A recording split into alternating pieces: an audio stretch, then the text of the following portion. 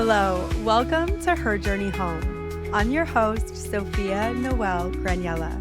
My mission here is simple: to hold space for honest stories and conversations that are usually left unsaid. This podcast is for the women in seasons of becoming, rebuilding their lives, reclaiming their voice, and remembering who they were before the world told them who to be.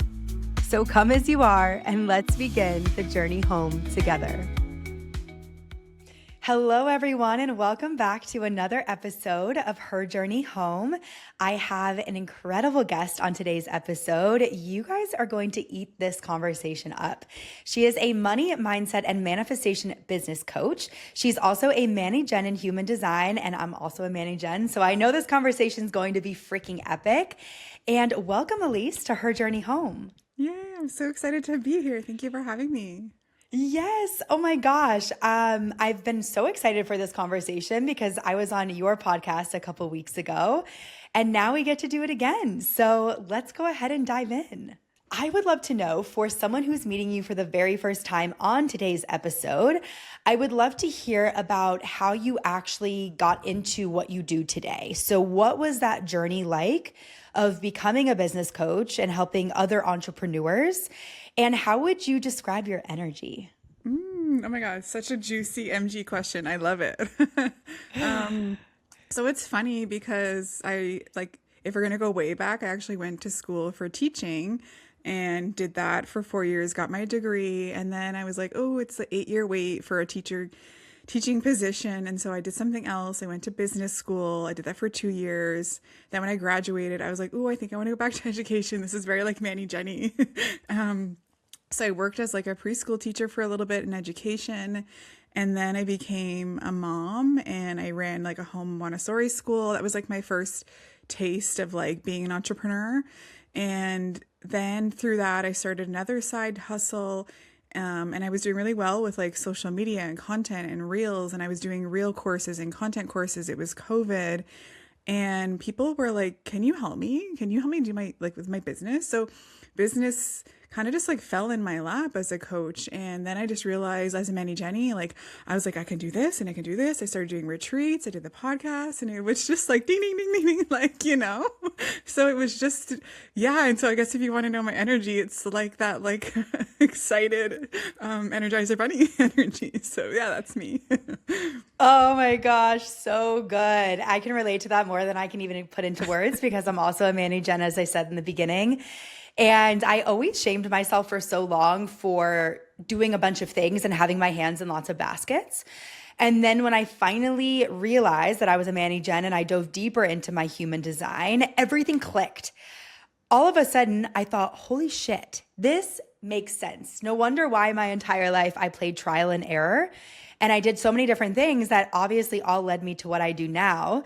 So it's really cool to hear your journey and your path of being a teacher and having your business and Montessori school and all these things that naturally led to other entrepreneurs and women wanting help with their business. Mm-hmm. Yeah. And it's actually so funny because now when I think about it, I was like, I went to school for teaching. I went to school for business. I'm essentially teaching business to a different audience, but it's still educating. So I'm like, I kind of did it, but in a different way. And so I was like, that's also Manny Jenny vibes as well. It definitely is. And I think this is also a really good point for whoever's tuning in to today's episode. Even if you are doing something right now that you don't think is the thing for you or isn't your path, everything that you are doing is still leading you on the perfect journey to what you are meant to do. And sometimes you have to do other things, other side quests, other careers that are going to give you knowledge and wisdom and skills that will then translate into ultimately what you will do as your calling and your path. Mm-hmm. And this is also a really big permission slip that you don't have to choose one thing. I think especially if you're listening and you're a Manny Gen, like let this be permission for you to explore different areas and see what you align with and what lights your soul on fire. Mm-hmm. Yeah, I feel like I found human design like 4 years ago. And I think that was the first time, probably similarly to you, but that was the first time that I was like, wow, I can do multiple things. I can be lit up. I quit so many jobs. Like if I were to go through my job history, I like as like a 16-year-old to 18-year-old, my mom was like, are you going to pick one? And I'm like, I didn't like it. I quit. Like, And so it was such like a slip for me to say like, oh, you're seen, you're heard, it's okay. It's okay to pivot. And we go fast, like we miss steps, we do these things, but it's our energy. And I'm like, I'd rather have the energy than be like working somewhere 40 years, hitting my life in this stagnant energy. And so, yeah, I think being a coach, and I'm sure you can relate as an entrepreneur, we get to like create these different like vortexes, these portals, these places where we can like come alive and do these things. And that's where I felt like the most seen, where I was like, oh my God, I can do this and this is okay and I can make money this way. And so, yeah, it just makes you feel alive in a sense. It does. It's that sense of, wait a minute, there's nothing actually wrong with me. I just have been wired this way. And now I get to take up more space and allow these parts of myself to come online. And I get to explore and experiment. And something I always say to, especially to the Manny Gens, is treat life as a big experiment. Have more fun. Dive into different hobbies, explore different paths, and the things that you deeply connect with, you will know. Yeah. Do you feel that way as well? Yeah, I was actually going to say, I have a friend who's a psychic, and you see like all these trends out there of like doing Pilates and, the high rocks and all these things. I have tried everything and I don't like it. I was like, I like my walks and I like lifting heavy as fuck. And she was Same. Like, yeah. And she was like, you have too much energy to be doing yoga or Pilates. I'm like, I've tried to do the trends. I can't do it. She's like, you're not meant to. And then it brought me back to human design where I'm like, yeah, I have to do the things where I'm lit up and I'm excited. And I think it doesn't just mean business or life, but hobbies. Like I started doing pickleball with my partner. We love it. And you know what I mean? So finding something again, like you said, but not doing what everyone else is doing. Like, what do you actually want to do? Yes. And that's the biggest question for anyone listening today. What lifestyle do you want to live? What feels really fucking good for you? I really want you to ask yourself that question, because at the end of the day, like you said, it's really easy to jump on trends. And it's hilarious that you said Pilates, because I literally went to Costa Rica in November to get my Pilates certification, only to realize about 2 months in that I'm a gym girl through and through. I love lifting weights. I will occasionally go for runs by the beach. I love feeling really freaking strong. And don't get me wrong, Pilates is challenging as fuck. Like it hits parts of your body that you've never hit before. But I have so much energy and I love a challenge in the gym. Mm-hmm. And I just realized, well, I can continue going on this path and doing something that's not really in alignment with what I desire. Or I can just say, you know what, this was a side quest. I had a lot of fun. It helped me build so much confidence getting up in front of a class and teaching something. But at the end of the day, it's actually not what I desire to teach. Mm-hmm. And again, it's that big permission slip of it's okay. You get to explore, you get to have fun, you get to connect. And at the end of the day, this is your life. Choose things that you feel are actually meant for you. If you do not like the way that you are creating content, give yourself permission to pivot. I think already the word for this episode is permission, because you're the only person holding yourself hostage. You're the only person in your own way. Coming from someone who has taken tons of content courses and has worked with different business coaches, the best strategy, in my opinion, is authenticity.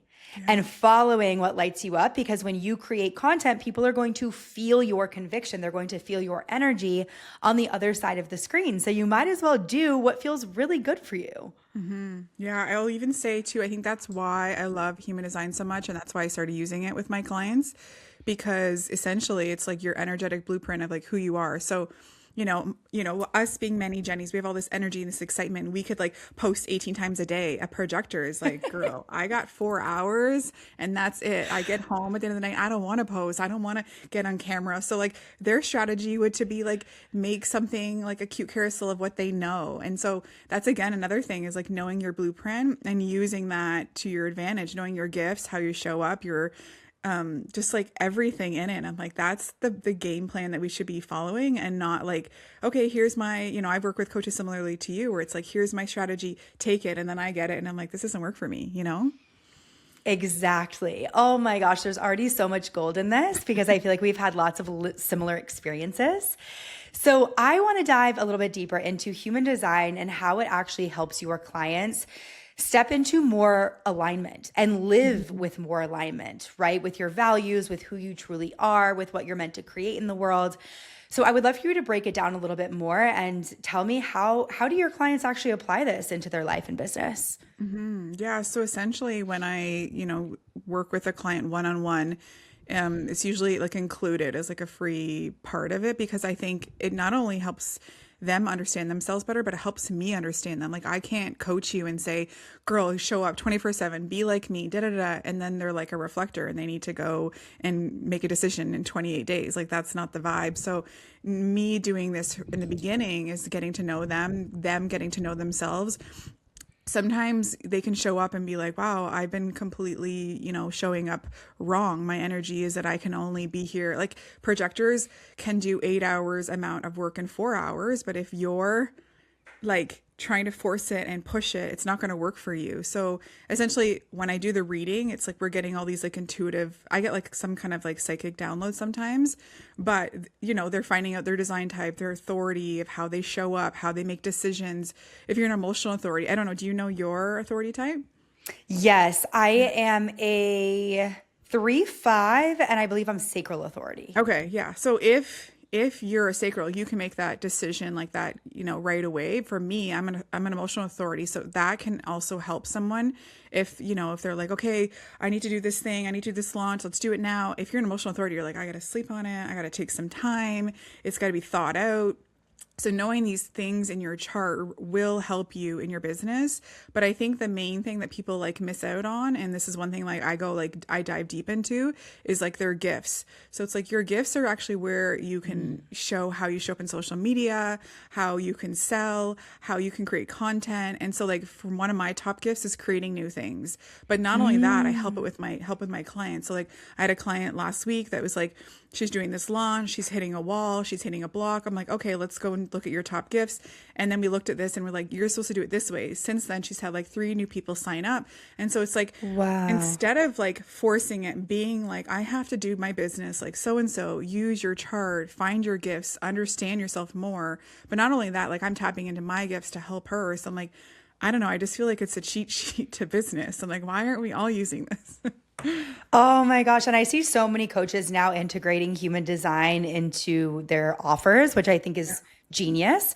I do also think that there's something to be said about, yes, incorporate it, but don't use it as it has to be this way. And if my human design doesn't say this, then it's not right either, right? Because I do also think that sometimes we lean a little too much on these outside things. For example, like horoscopes. It's like, oh, this is happening because it must be this.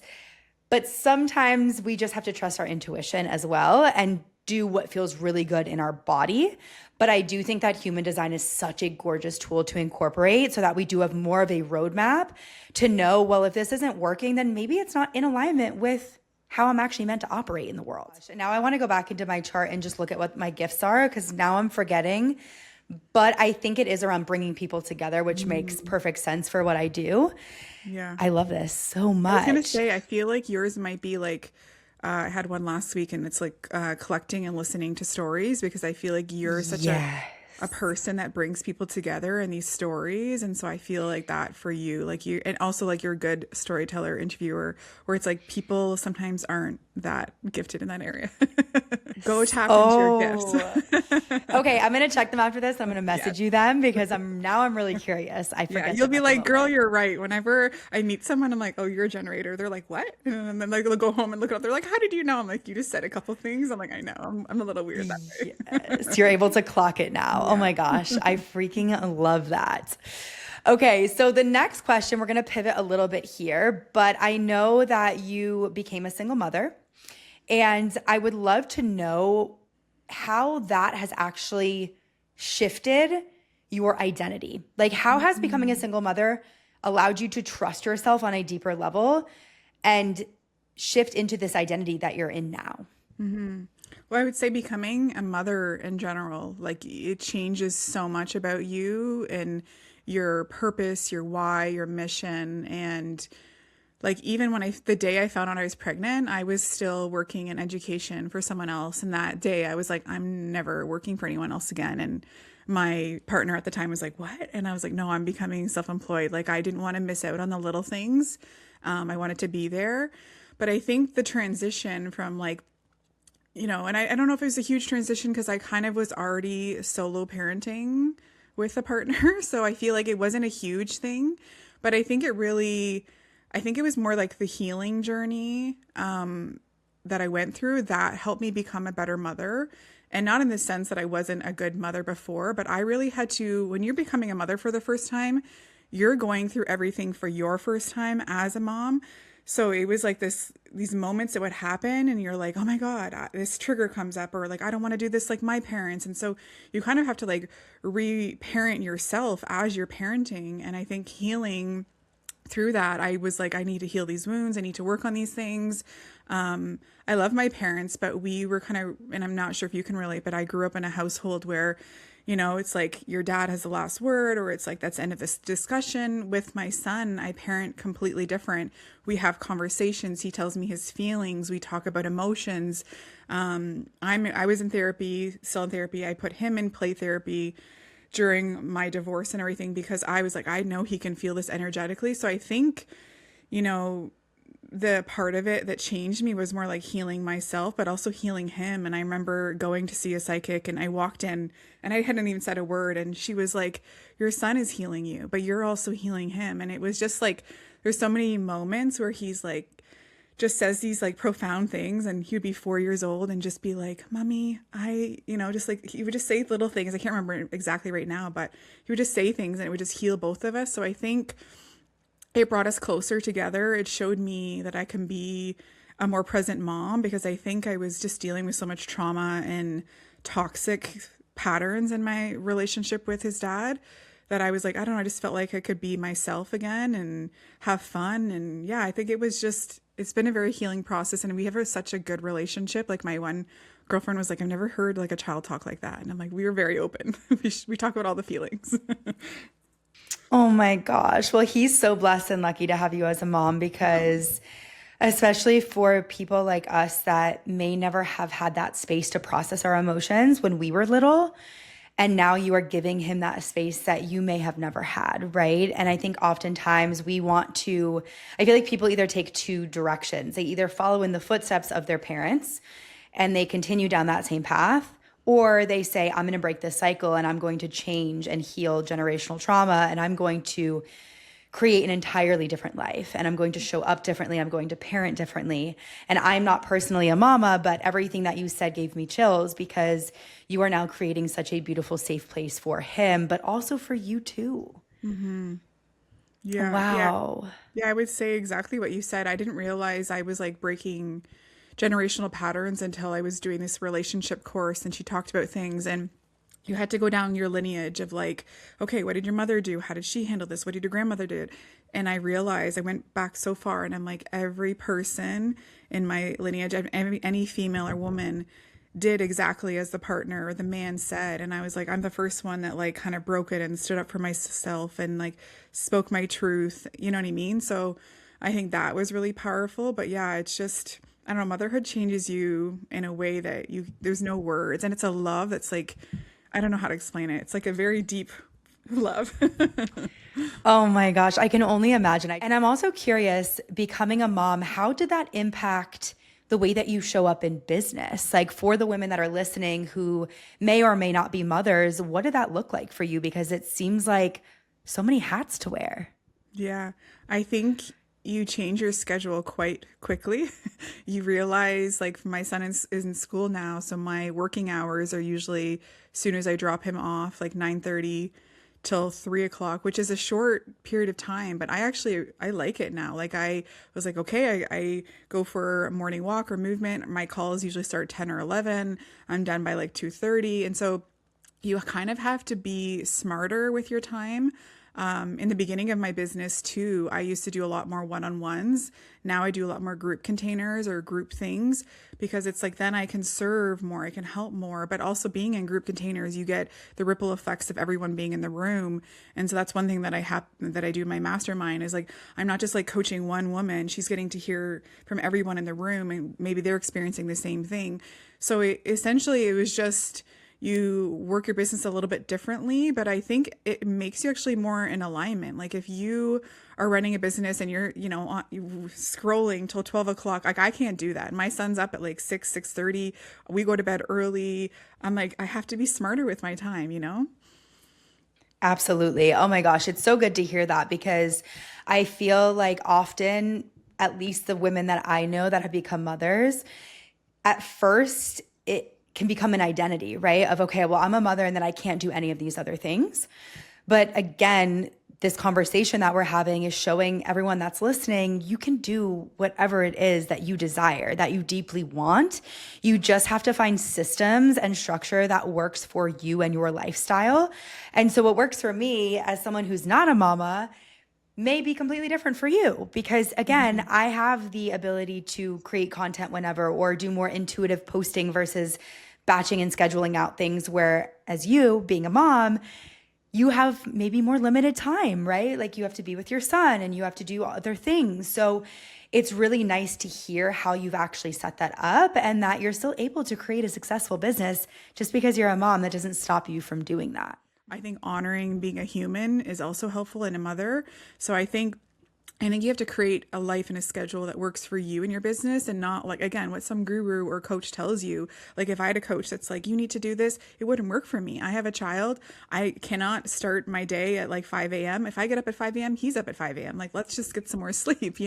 So I think it's just being smart with your time and like honoring your own schedule and your alignment of like what's best for where you're at and what season you're in. Yes, that's so important to talk about. It's that discernment of knowing who to take advice from as well. So really find those business coaches or people that you deeply resonate with, where your values are in alignment, where they're living a life that you actually desire, and they're showing up in a way that is nourishing for you too. Because otherwise you're going to get into these masterminds or programs and they're going to be telling you what to do and immediately you're going to feel resentment. And you're going to think, oh, fuck, why did I do this? This doesn't actually align with my energy, my human design, or how I'm even built to show up. And I think that is so freaking important. Like, trust yourself. You can try different ways, but you're going to know pretty quickly in your body, oh, wait, I'm feeling resistance. And not the resistance of this is calling me to step into my leadership, but a resistance of this is not for me. Yeah, it's so true because I think, and I talked about this on my podcast today, but it's like I think we see something on social media, it's a 15-second clip of their life, and they're like, they're so successful, they have all these things. And I'm like, you don't even know what's happening behind the scenes. You don't know if they're happy, if they're just showing up for this. You have no idea what's in their personal life because people don't share those things. But like I always say to my clients, and I'm sure you can resonate with this, but it's like, what is success to you? Being a mom, your version of success, like I talk about this a lot, is like, I love walking my son to school, to and from school. That's a huge privilege for me because I don't have to do before and after care. I can pick him up, I can drop him off, I can be there for the assemblies, the dances, all the things. And I chose this career and I chose my schedule for that reason. But when you see someone else's life and you compare it, but I'm like, that's not really your version of success. That's just like you're seeing the shiny bag or car and deep down maybe they're unhappy. 1,000%. And also that leads me to say, stop comparing your year 1 to someone's year 10. Yeah. I made an episode about this, but it's so important. Not only are we comparing ourselves to the highlight reels and the things we see on social media, which is really only half the story. Like you said, are they happy? Are they in a healthy relationship? Are they actually who they say they are? All the things. And yes, there are definitely people that are embodiments of what they teach and that are showing up as who they truly are, right? But then there's a lot of the noise out there and we're seeing that and we're immediately shaming ourselves for not being there yet, or we're immediately comparing ourselves when in reality, we may have just started our business and that person's been in the game for 10 years and they've had failed launches. They've had moments where they almost quit. They've had all the self-doubt that we've all had, right? And so it just be really careful about what you're comparing yourself to and the amount that you're scrolling in general, because oftentimes we're not seeing the full picture. Yeah, that's actually something I teach with my clients about, and I'm sure you know this, but when you create more of a personal brand, which we're moving into, you're sharing more vulnerability, more authenticity, more who you are. If you have this like perfect grid and I'm perfect and I show up, like I think it was like in COVID, I unsubscribed from so many influencers because I'm like, this isn't real life. Like being a mom, my house does not look like this. Like getting, a new delivery every single day, like that's not real life. So, showing that, I went through a divorce and going through hardships, like people started to come through that I had never talked to. And so it's like sometimes sharing like this scary uncomfortable things is what people will relate to. I talked about, and I think you can relate to this. I talked about that I'm 3 years sober this week, and I had so many people like come through and say like, me too, me too, me too. And then obviously you're going to get the ones that like unfollow or whatever. But I was like, sometimes sharing that like hard truth is when you're going to connect most. And that's a big thing for me. Like, it's not always about the money and that kind of thing with clients, but it's also creating community, connection, being yourself, like that's, I think, the missing piece sometimes, that people are like trying to go viral overnight. I'm like, I'd rather slow and steady growth than being viral. Like, I don't want to deal with trolls. Like, no thanks. So it's like just being yourself and sharing your story and your truth, and the vulnerability piece. I think a lot of people miss on like the mark with their business and social media. Oh my gosh, such a good point. Yes, I think so many people right now are chasing virality. And there were points in my business too where I thought, I just need to go viral. I need to go viral. And then what I realized is, why am I not focused on serving the humans that are already investing their time and energy into my business and my social media? Oftentimes we want more visibility and we want more followers, but we're not even fully pouring into the people that are already saying, I want to be here.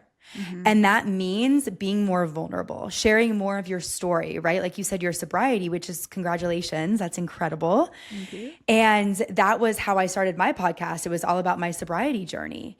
And so when we can open up those deeper layers and we can be more vulnerable and we can share the messy truths and we can share about our journey and what got us here, immediately we're going to build those deeper connections and a deeper level of trust within our community. And I talk about this all the time because I think way too many people are focused on more eyeballs instead of depth. And what we need is more depth. Yeah.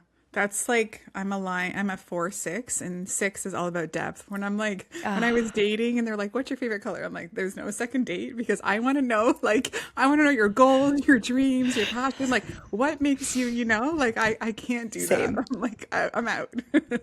Same. Surface level conversations give me the biggest ick. I'm like, I want to go deep, and I want to go deep now. Yeah. And I'm like, just like, tell me everything. And then they're like, girl, this is the first date. I'm like, I know. Oh my gosh, we are so similar. It's hilarious. Yeah, it's really funny. Oh my gosh. Okay, so it sounds like you've done lots of pivoting in your life. You've started over, you became a single mother, you got sober, which takes so much freaking courage. And I talk about courage very often in my content. I would love to know, what would you say to someone who feels really afraid of starting over, or just unsure if they can create something new in their life? I feel like I did this so much, not only with like sober, but with my divorce. But I think you have to hit a moment, and my moment was, and it was with my son actually, and he would always say like, mommy sad, daddy mad. And I thought like, is this the life that I want for him? Is this the life that I want for myself? And I was like, do I just stay here crying every single night? I had 21 migraines in 1 month, panic attacks every day. I'm like, is that a way to live? Or can I be happier? Do I deserve more? And so it was a difficult decision, but I also was like, I don't think, this is normal. So I think you have to like kind of give yourself your own ultimatum and think like, do I want to stay stuck in, in this monotonous, maybe it's a not very good cycle. Mine was very toxic. And can you rewrite it? Can you make your own story? Like, I started like taking myself on solo dates and just like romanticizing life. You get to choose to be happy, or you can choose to be not happy. And I had to choose, and I chose myself. And I had some people say like, oh, you're being selfish. And I was like, I'm either being selfish for me, but also for my son, because I want him to have a better life. I want him to see better. And so that was like a big realization. So I think it's like this deep conversation you have to have with yourself, Definitely. And it's still so wild to me that people say, oh, that's selfish. I know. Because oftentimes the people that say that are still the people that are manipulating and people pleasing and not prioritizing themselves. Yeah. And because I used to think that too, until I woke up and I had my awakening and I started to prioritize myself, and I thought, holy shit, I've been wrong about this my entire life. This is the most selfless thing I can do, is showing up for me and asking myself the deep questions of how do I actually want to live my life?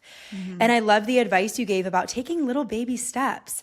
I think when we're in the thick of it and we're terrified of change and we're human, and this is how it is, if we're trying something new, it's always going to be scary at first. And we don't see the change happening right in front of our eyes because we're taking those smaller steps. And I always tell people this, but if you continue showing up and taking those little baby steps, in 60 days, in 90 days, in a year from now, the momentum is going to build and you're going to look back and think, holy shit, my life has drastically shifted. So you may not be able to see it in this very moment, but at some point you will. So do not give up. Do not slow down. Don't think that you have to drastically overhaul and change your entire life overnight, because most times that's actually not how sustainable change is built. It's built through those little actions. Yeah, I think I was given advice from my coach, and she was like, we don't actually celebrate when we're a millionaire. We don't really celebrate, we do, but she's like, we celebrate the everyday, the mundane, the doing the things over and over, the posting every day, the emails, the podcasts, showing up, putting out things, showing up for your clients. And it's true. I think we chase these goals, but we actually don't enjoy the day to day. And it's like, it will come. Like I talked about this on my podcast today, and I'm like, in 5 years, I would love to retire my partner. And that will because of the little steps that I'm doing every single day. It's not going to be like an overnight success, but it's going to be doing these little things. And I think that's the thing, is everyone wants this quick fix, this thing. Even when I got sober and I started working out and taking care of myself, people are like, what are you doing? What drink are you drinking? And I'm like, gym, walk, eating better, water. I didn't take happy juice. I did it myself, And I think we want this quick fix happy juice for our business or our life. And it's you just have to show up, do the steps every single day. Exactly. And we also live in a world, in a society where instant gratification is what everyone's chasing, right? We have Amazon. We can get a package literally delivered same day, next day. Yeah. And so it translates into all areas of our life. We want that secret strategy that's going to blow up our business. I chased that for a long time until I realized, holy shit, that's not how this works. Right? Same thing with sobriety. We want to get sober and start going to the gym and build muscles. Well, guess what? That's not going to happen in a week of going to the gym. It's going to happen over the course of a year of waking up before you want to wake up, getting out of bed, walking outside, getting to the gym, right? It's a whole process. And we do have to be gentle and compassionate with ourselves, but we also have to hold ourselves to a higher standard. I would love to know, what has helped you rebuild your sense of self and direction? Do you have any practices, any rituals that you can give to the audience? What has really helped you with that? Oh, I feel like there's so many. Again, I talked about this in my podcast today too. And I think for a long time, I was very avoidant with a lot of things, but it wasn't, again, it's not just one thing. It can be multiple things. But for me, it was going to therapy, talking my feelings. But I want to say the biggest tool that I think is underrated and people don't actually do is breath work. I did one session at a retreat, I don't want to say 2 or 3 years ago. It was a year after my divorce. And I released 5 years of therapy in 1 hour. So much trauma was released, so much energy, trauma gets stuck in the body. So that's something that I do quite often. I probably do it 3 or 4 times a year, maybe more depending on what it is. But for me, it's an intuitive thing. If I feel okay, I think I need to release something, I'll join a breathwork session. I run retreats myself, so I usually have a breathwork facilitator. But that's something that we are, especially as a mom, we're busy, we're on the go. As a business owner, we have all these ideas in our head. I don't know if you lay at night and all these things are going through.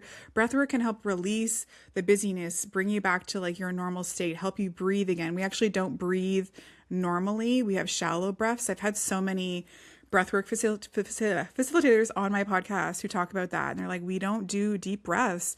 And so that was one thing that's been really helpful. I think also just being surrounded by, I'm usually working with a coach. I'm in community. I have a lot of entrepreneur friends. I think entrepreneurship can be very lonely and isolating if you're working from a computer and you're alone. So I think being surrounded by the right people helps you. Your environment can help you, or it won't.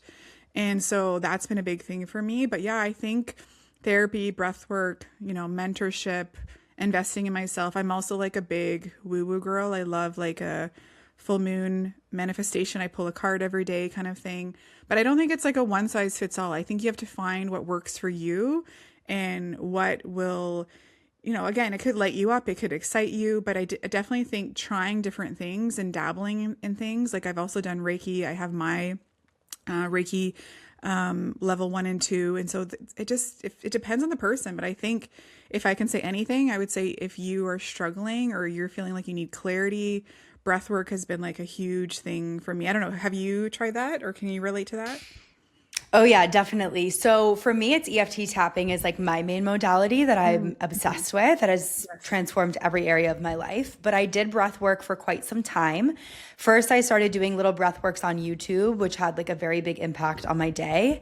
And then I was doing holotropic breath work, which is like the psychedelic, you can release a ton of trauma, and it was really freaking powerful. I would get like the Tetris hands and my entire body would go crazy, and it helped me release a lot. For me, breath work was just really, really intense. And I think there was a certain stage of my healing process where it was a bit too much. And so I'm really glad you brought breath work up, because I think, again, find the modality that feels really good for you at the stage that you're in. Now I can do breath work and it's extremely helpful. But if you're in a stage where you are working through a lot of trauma, sometimes it's amazing and other times it can cause more trauma. And I think that's the other thing, is you have to really be aware of what state your nervous system is in, where you're at in your healing journey, and then choose practices that align with where you're at. Yeah. I want to say too, I feel people, and everyone's different, but I have had the most, you talk about like psychic downloads. I've had the most crazy wild downloads in breath work. Like I had a ectopic pregnancy when I was younger. And so I've seen my little girl in every breathwork session. She's there. I saw like my future partner that I'm now with. I see everything when I'm in breathwork. I also have had downloads for programs and ideas and clients, like literally an outline. And I'm like, who's this woman? And then I'll go to networking and I'll meet her. Like it's wild. So I feel sometimes trying something like that can help. Like it's been, I don't know, it's kind of like my business trick. I'm like, oh, let's go do breath work. Let's see what I need to know today, kind of thing. So if you can try it and you're in like a regulated state, it can be really helpful. Oh my gosh, I love that so much. That's insane that you saw the partner you're with now and Yeah. the dot, like, Yeah. whoa, And it wasn't just once. that's Like we wild. were, and I've told him this. I'm like, it wasn't just once. We were like literally like on our property, on our dream home, and my son was there. I was pregnant, and it's always the same thing. I'm in these overalls with like a pregnant belly, and I've told him. And then at the last breath work in February that I did, I saw it again, and I'm like, and then I saw my grandmother there who's passed away with like my child who passed away essentially, and they were sitting there, and I'm like, what is happening? So I'm like, I don't know, I really believe in all of that stuff because I'm like, I see it and it feels so real to me. Absolutely. I'm in San Diego right now and they do lots of breath work here. So maybe I'll search and see what I can find, because I actually haven't done breath work in quite some time, and I think I'm at a stage now where I'm totally ready to tap in even deeper. Yeah. So thank you for You may sharing that. see That's your insane. future, yeah, so you may see your future plan for you. Who knows? Your man, Exactly. Maybe who I'll see knows? my man. I've been single for over 3 years now. I'm like, I'm ready. I'm calling this in. Yeah. Oh my gosh. Elise, I could talk to you for hours. This has been so freaking fun. So I have two more questions that I'm going to wrap up this episode with. First of all, what is one powerful message that you want every single listener to walk away with today? I think, and this is maybe related to like sober and where I'm at too, but it's feel everything, feel all the feelings, be true to yourself, like share your feelings, share your heart, share your message. I feel we mask so many things and we mask our feelings and what we're going through. And I think I was never the type that drank too much. I was the one that drank during my divorce to not feel and to numb. And so I had a friend that said that to me. She was like, don't numb it. Feel every feeling. And literally, I think that's changed my life. Like I'm way more in tune. I'm way more self-aware. I had a moment this morning where I was like, okay, let's take a step back. Let's work through this and not react, not yell, not get upset.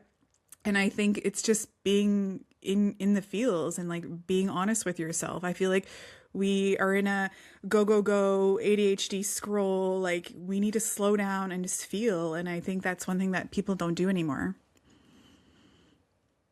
Absolutely. Oh my gosh. I had a mentor once and she said something very similar to what you just said. And I might butcher this, but she said, it's not about feeling good all the time. It's about getting really good at feeling. Yeah. And that shifted something in me because just like you, I drank and partied and used substances for 15 years of my life to, yes, feel a sense of belonging and be accepted, but also it was a coping mechanism for when I was going through heartbreak and really difficult seasons of my life so that I didn't have to feel the pain, the sadness, the grief. And what I've realized is if we're numbing out those emotions, and I don't like to say hard or difficult or bad because all emotions are good emotions, they're teaching us something. I realized that if I wasn't able to feel those, then I also wasn't able to feel the abundance and the joy and the happiness on a really deep level as well. And so it's so, so, so important to feel every single emotion that comes through and do not numb it because you are robbing yourself of such an incredible experience. I would also add on too, you can numb it in not just alcohol, but you can numb it with shopping, with food. This is one thing I learned actually through human design. If you have an emotional authority, sometimes you emotionally shop, you emotionally eat, you emotionally drink. And so that was one thing I really paid attention to. So it's not just alcohol and drugs. It can be other things. Like I have so many friends that are like, I just spent $500 and I was trying to feel better and I don't. I'm like, because it's not going to make you feel better. Yeah. Oh, that's such a good freaking point. For me, it was sugar. I'm still going through it a little bit. It's okay. Like I can clock it. I'm very aware. I can shift the pattern, but that's such a good point because I think oftentimes we think of numbing as alcohol and substances, but actually, yeah, shopping and food, I think are the two other huge things that I see people dealing with. Okay. So last question, where can people find you? Are you hosting any retreats coming up? Do you have any new programs? Give us all the tea. Okay, so you can find me at Elyse Berendson on Instagram, and I'm sure you'll add that in the show notes. And currently, I do a couple of different things because I'm a Manny Jenny. I have many ways to work with me, but I do have my one-on-one package that I usually take 2 or 3 a month, and you get access to everything, which would be a human design reading. You get a retreat. You get access to my mastermind. Currently, I have my mastermind doors opening for the second round next week. So if you want to get in that, that's the Iconic as Fuck Mastermind. We use your human design for how you show up, how you create content. We also dive into a little bit of like your it girl personality. I share my gems manifestation method of like how I've literally manifested everything in my life. And then also using your 28-day cycle to create sales, create your systems, and show up like having a visibility that actually gets the people that you want and has those dream clients that come to you. So that's if you're something that you're interested with, we can chat. I'm a big like Instagram girly. Come say hi on Instagram. I also do have a fun new little Telegram program. It's called the Money Honey Code. And so for this is for the women that like wants to make money from being themselves and having a personal brand. Like I literally last week had someone be like, hey, I want to work with you and do this thing. I'm like, I haven't talked about this program in 2 years, but sure. So it's just like creating, a business of who you are and making money that way. And so it's a 10-day challenge that we're doing. And it's 10 days of just you being like your it girl, and your personality and showing those main character things that come on social media. So if you want to connect, let's chat. Oh, that sounds absolutely incredible. I will link every single thing in the show notes. I know that women will be so freaking lucky to work with you, especially with all the human design we talked about in today's episode. And thank you for bringing your energy and your fire and your passion onto her journey home because, oh my gosh, these conversations are my absolute favorite. Aw, thank you so much for having me. This was lovely. And it's so funny because I feel like we have so much in common and we literally just became social media friends. And I'm like, okay, let's just literally have everything in alignment. I'm like, when you came on mine and shared all these things, I'm like, what? It's crazy. Today was just so insane. I'm like, wait a minute, we have so much in common. Yeah. And these conversations are always the most fun because we're both Manny Gens. We have that fire and that energy and we could just intuitively flow. And I had so much fun, and I'm sure everyone listening to this episode felt the same. And if you enjoyed this conversation, for anyone listening, please go ahead and share it with your beautiful community. Like, rate, and subscribe to the podcast so I can continue having amazing guests like Elyse come on to her journey home. So thank you so much, Elyse, for being an incredible guest, and I hope to have you back on very soon. Thank you.